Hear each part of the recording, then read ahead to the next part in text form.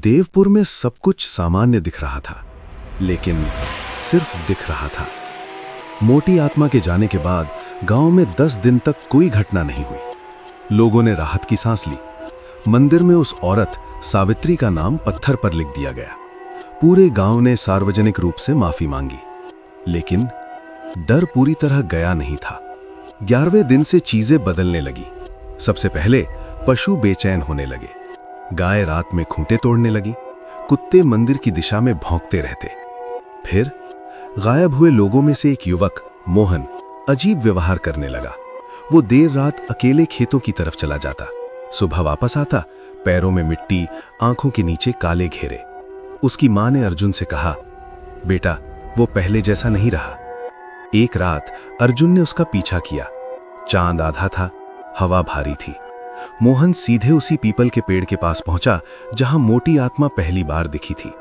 वो पेड़ के सामने खड़ा होकर बुदबुदाने लगा, मैं तैयार हूं, मैं तुम्हारा हूं। अर्जुन के रोंगटे खड़े हो गए। अचानक मोहन की गर्दन झटके से पीछे मुड़ी, आंखें पूरी सफेद, और उसकी आवाज बदल गई। तुमने सोचा मैं चली गई? अर्जुन समझ गया, वो पूरी तरह मुक्त नहीं हुई थी।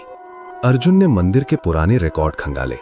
उसे पता चला 25 साल पहले सिर्फ सावित्री को नहीं बल्कि 3 और महिलाओं को डायन कहकर सजा दी गई थी, लेकिन बाकी 3 के नाम कभी सामने नहीं आए। उनकी मौत छुपा दी गई। इसलिए सिर्फ माफी काफी नहीं थी, न्याय अधूरा था, और जब तक पूरा सच सामने नहीं आता, आत्मा मुक्त नहीं होगी। उसी रात गांव में बिजली चली गई, अंधेरा पूरी तरह। फिर धरती फिर से कांपी, लेकिन इस बार आवाज सिर्फ एक जगह से नहीं, 4 अलग अलग दिशाओं से आ रही थी। अर्जुन ने देखा, धुंध से 4 परछाइयां निकल रही थी, और उनमें से एक फिर से वही मोटा सूजा हुआ शरीर, लेकिन इस बार वो पहले से ज्यादा बड़ी थी, जैसे हर झूठ उसे और भारी बना रहा था। लोग घरों से बाहर भागने लगे। एक बूढ़ी औरत अचानक हवा में उठी और 20 फीट दूर जा गिरी। कोई खून नहीं, लेकिन वो बेहोश। दीवारों पर काले हाथों के निशान उभर आए। सच, पूरा सच। भारी आवाज गूंज रही थी। अर्जुन ने ढोल बजवाया। गांव के सभी लोग चौपाल पर जमा हुए। वो चिल्लाया, आज सब कुछ सामने आएगा, अभी।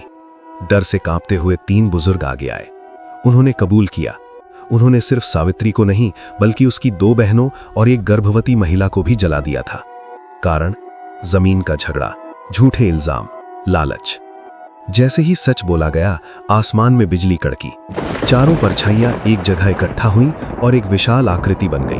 अब वो पहले से 2 गुनी बड़ी थी। उसका पेट और भी सूजा हुआ, और अंदर जैसे कई चेहरे हिल रहे हों। उसकी आंखों में आंसू और आग दोनों थे। वो सीधे चौपाल की ओर बढ़ी। लोग भागने लगे। अर्जुन अकेला सामने खड़ा रहा। अगर बदला लेना है तो मुझसे ले। वो हंसी, ऐसी हंसी जिसमें दर्द था। तुम निर्दोष हो। अर्जुन ने त्रिशूल उठाया, तो निर्दोषों को मत मारो। अर्जुन को अचानक एक बात समझ आई। उन्हें सिर्फ माफी नहीं चाहिए थी, उन्हें सम्मान चाहिए था।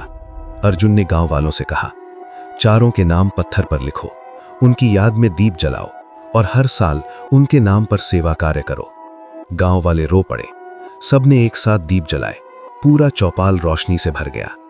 रोशनी जैसे जैसे बढ़ी, उसका शरीर हल्का होने लगा, उसका मोटापा कम होने लगा, चेहरे साफ दिखने लगे। 4 महिलाओं के चेहरे अलग अलग दिखाई दिए। उनकी आंखों में अब क्रोध नहीं था, बस थकान। धीरे धीरे वो ऊपर उठने लगी और हवा में घुल मिल गई। इस बार कोई परछाई नहीं बची। सुबह जब लोग मंदिर पहुंचे, पत्थर पर लिखे नामों के नीचे एक नई लाइन खुदी हुई थी, अन्याय कभी मिटता नहीं, बस इंतजार करता है। अर्जुन ने आसमान की तरफ देखा। उसे लगा जैसे सब खत्म हो गया है, लेकिन कहीं अंदर उसे पता था, देवपुर को अब हमेशा सच के साथ जीना होगा।